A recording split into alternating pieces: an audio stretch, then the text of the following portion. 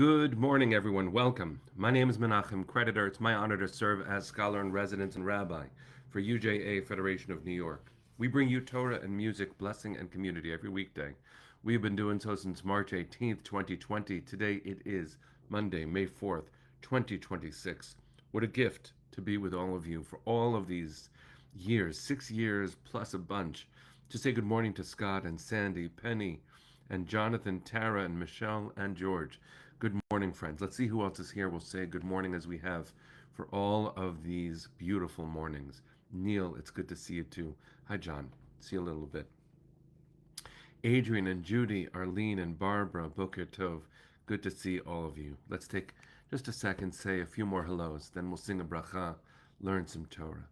Patricia and Arlene, Deborah and Jerry, Richard and Barry, good morning. It's good to see all of you. I hope that you and yours are safe and well. It's broadcast 1540. Yoram, sending love to you in Frankfurt. Natalia, good to see you too. Hi, Cecile. Hi, Marcia. Linda, good to see you too.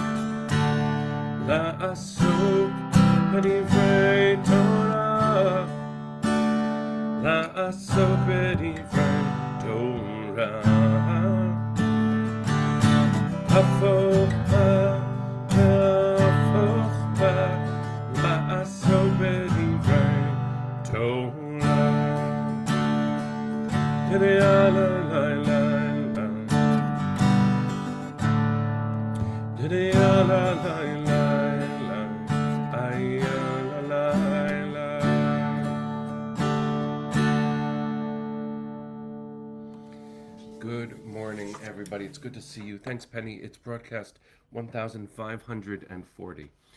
We are beginning the end of the book of Leviticus. I want to begin with Torah and then make a comment about the current moment. It's a double Torah portion with which we end the book of Leviticus, Behar-Bechukotai. It means literally at the mountain and Bechukotai with my rules. And it opens up with a verse about Shemitah, the rules for letting the land lie fallow on the seventh year. You might know about this. It is a beautiful agricultural practice. It shows reverence for the land. It shows forethought when it comes to cultivation. It also treats the earth like the living thing that it is, that we often forget to do. Even the Torah knows that we must. And the beginning says, Vaydaber Adonai el Moshe, God speaks to Moshe, Behar Sinai, at Mount Sinai, Lemor, saying. And it begins, Daber el bnei Israel v'amarta alehem, speak to the children of Israel and say to them, Ki tavo el haaretz asher ani noten lachem, when you arrive, when you enter the land that I am giving to you, v'shavta haaretz Shabbat ladonai, the land shall observe a Shabbat to God. It is a humble practice. It is a beautiful practice. And here's a question that immediately is asked in ancient Midrash and then by Rashi around the year 1040. It's a very famous phrase, Mai inyan Shmita etzel har Sinai. What does the rule of Shemitah have anything to do with Mount Sinai? And you might think it's humorous, right? What does this have to do with that? When you're at Mount Sinai, you don't have a farm. But actually, the question is a textual one that will lead us deep into thinking today. When you read the story of Mount Sinai, which we experience twice. There are two tellings of it in the Torah, Parshat Yitro in the book of Exodus, and then Ve'et Hanan in the book of Deuteronomy. In neither case are we in the land, and in neither case do we hear the rules of Shemitah, the rules of letting the land lie fallow. And so Rashi's question is a profound one for us, which is to say the following: I don't think that comes from there. The rules of Shemitah seem to happen later. They don't have anything to do with the rules that were established at Mount Sinai. We famously call the rules for Mount Sinai the Ten Commandments, even though there are 10 utterances, and the counting of them actually differs commentator to commentator. But also, we treat them as a unit, those rules at Sinai. And Shemitah is not one of them. And so what's beautiful, I'll just read a translation of Rashi's question for a second, and then I'll get into the thought for today. When Rashi says, wait, my inyan Shemitah etzel Har Sinai, what does the rule of Shemitah have anything to do with Mount Sinai? It says, were not all commandments given on Sinai? Actually, this statement, he says, is intended to suggest the following comparison. How is it in the case of the law and Shemitah? The general rule and minute details were ordained on Mount Sinai, which is a way of saying something very interesting. What Rashi, quoting an earlier midrash, is saying there is that at Mount Sinai, we received the big principles, the 10 utterances, actually are the root of so many other notions. For instance, honoring your parents spills into so many different fora. It teaches us how to treat teachers. It teaches us the obligations as we age and as our parents become more mortal. And so all of these steps at Mount Sinai, Rashi says, have to do with the way that we develop over time. Now, why am I bringing this in right now? First of all, because it's fascinating. But second of all, because I've had the experience over many years, but certainly over the last day, where the discontinuity between things becomes a focus of some. Let me expand that thought for a second. In our Torah portion, we hear about the rule of Shemitah. And it says in the Torah portion that this was told at Mount Sinai. But when you look at Mount Sinai, there's no evidence for it there. I've been in conversation, I say conversation because it's polite, with some who have made the claim, and this is a very big dynamic in our world right now, between Zionists and anti-Zionists. I've been in conversation often with people who will say, Zionism is a political movement that began in the late 1800s. It is not the same as Judaism, and it is not the same as the Jewish connection to the land. That feels very clear-cut when people are making that critique. And I have affirmed in all of my teaching and in all of my learning, I've also appreciated that Zionism is the modern form of an ancient yearning. There was no such thing as a nation state during the time of the Torah. There were tribes. But as the way that the world organizes shifted from tribes to empires to kingdoms and eventually to nation states, this Zionism political movement that was birthed by our ancestors in response to massive attacks on Jews and the right of an indigenous people to come home is a continuation of the ancient ideas.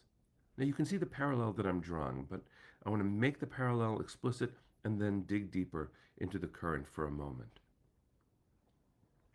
Because if Shemitah, the rule of letting the land lie fallow, does not appear at Mount Sinai, and yet commentators say, I know it doesn't explicitly appear there, but that's where it comes from. They're making a claim of continuity. Even the new application and the new development of identity and practice is based in Sinai.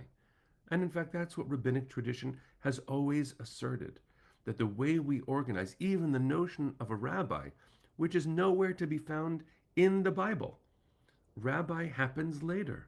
Priest is the leader. Prophet is the leader. Those are recognized in the sacred text. But rabbis assert not only that the way Judaism continues to unfold is an unbroken covenantal chain, so too is the leadership that we provide an organic response to who we are as a people. We change and we respond, as the Torah tells us in the book of Deuteronomy, to moments that are current with the leaders that we have in that moment. And that's not there's a philosophy called Yeridat Hadorot, the descent of the generations. That's actually standing on the shoulders of our ancestors, reaching higher thanks to them. And so when people make the claim, I'm going back to today, that Zionism is a construct that is entirely new and not who we were, there is an element of truth, but that's where it becomes dangerous. The element of truth is that politics and political mobilization was a radical shift in the way Jews were as a society. And Zionism, as a political move to return to the land, was the use of modern organizing, lobbying, mobilization, in a way that had not been done before, in addition to which, for a long time, Jews had accepted exile as the normative way that we were because we had no alternative. Kim is writing from Krakow in Poland. So good to see you, my friend. Krakow is a great example of a bustling Jewish metropolis until it wasn't. When was it a Jewish metropolis? In between the troubles. And thank God for the resurgent life of the Jewish community in Poland, but you can see that the diaspora reality that we inhabit is uncertain, what we would call contingent. It's based on goodwill and whatever fair winds politics may offer the Jew for the moment. But we've had moments like those, including the emancipation in France, which allowed Jews as individuals equal rights, but did not allow us to organize.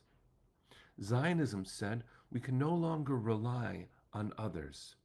We must find a safe haven, and after some urgency led to the consideration for a moment by Theodor Herzl of a plan to go to Uganda and do this, the entire Jewish people that he had assembled said, we only have one place that is our home. We go home. And so Zionism is the return of our people to our home. And the claim that it is a break from Jewish history is a misunderstanding of what it is. Zionism is complicated. It has multiple iterations. There's political Zionism, which is about the use of international mobilization to bring us home. There's cultural Zionism. That is about becoming our truest, most artistic and developed selves. There's religious Zionism, which is that the return is based on God's hopes. There is revisionist Zionism, which is an aggressive, assertive form of that homecoming and the transformation of the Jew from vulnerable to strong. All of this, all of this is an evolutionary process of our own growth. And you might even make the argument, especially with this week's Torah portion, that it comes from Sinai. Not that Zionism was articulated on Mount Sinai, just like Shemitah wasn't articulated at Mount Sinai. But Rashi's answer holds the clue, holds the key, unlocks the door, tells us who we are. Because Rashi could have never predicted what we are going through, except he could have because he went through the Crusades. And so our understanding that we come from somewhere and our history is a long ongoing story, and our responses must be current. We must utilize all devices and technologies and methodologies at our disposal. And for us to be authentically who we are, we must be rooted back at Sinai. It's a beautiful thing for us to understand that we are present in the world with more confidence than before because we took our own destiny into our own hands and marshaled all the levers of power and international diplomacy and self defense that we had to in order to enable us to be safe at home. The work that we have done since October 7th is not actually new work. It may have taken new forms. The devastation may have been a new depth. But who we are and how we are can be traced back to the prophets and to the priests and to Abraham and Sarah walking the land. Zionism was a modern articulation of an ancient yearning. And if you hear someone saying, no, it isn't, that's a political point they're trying to make to erode the continuity of who we are as a people. It would be as if someone looked at the rules of Shemitah in our Torah portion and said, that came out of nowhere, there's no authority to it. But it did come from somewhere, and there is authority to it, and it's beautiful.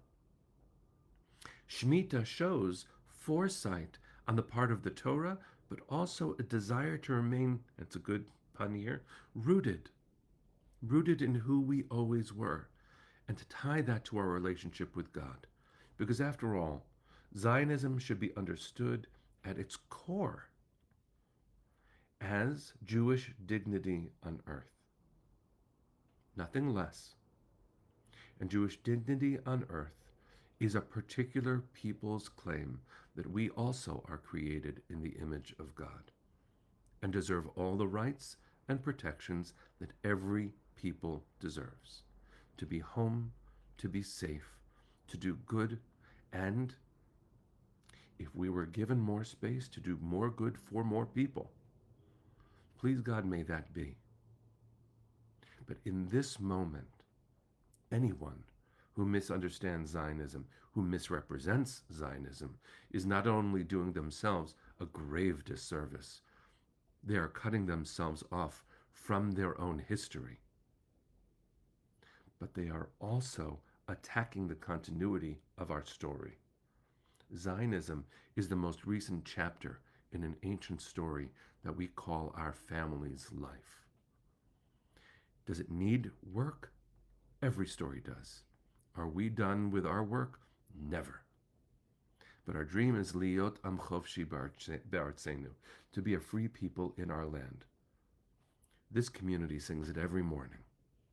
But let's remember that is not some new idea. That is a legacy that we are blessed to inherit after thousands of years of wandering, to come home as our ancestors wished for us. So let's send our hearts to the east. Let's sing with all our passion. Let's love with all our hearts. And let's champion our family's story with everything we've got.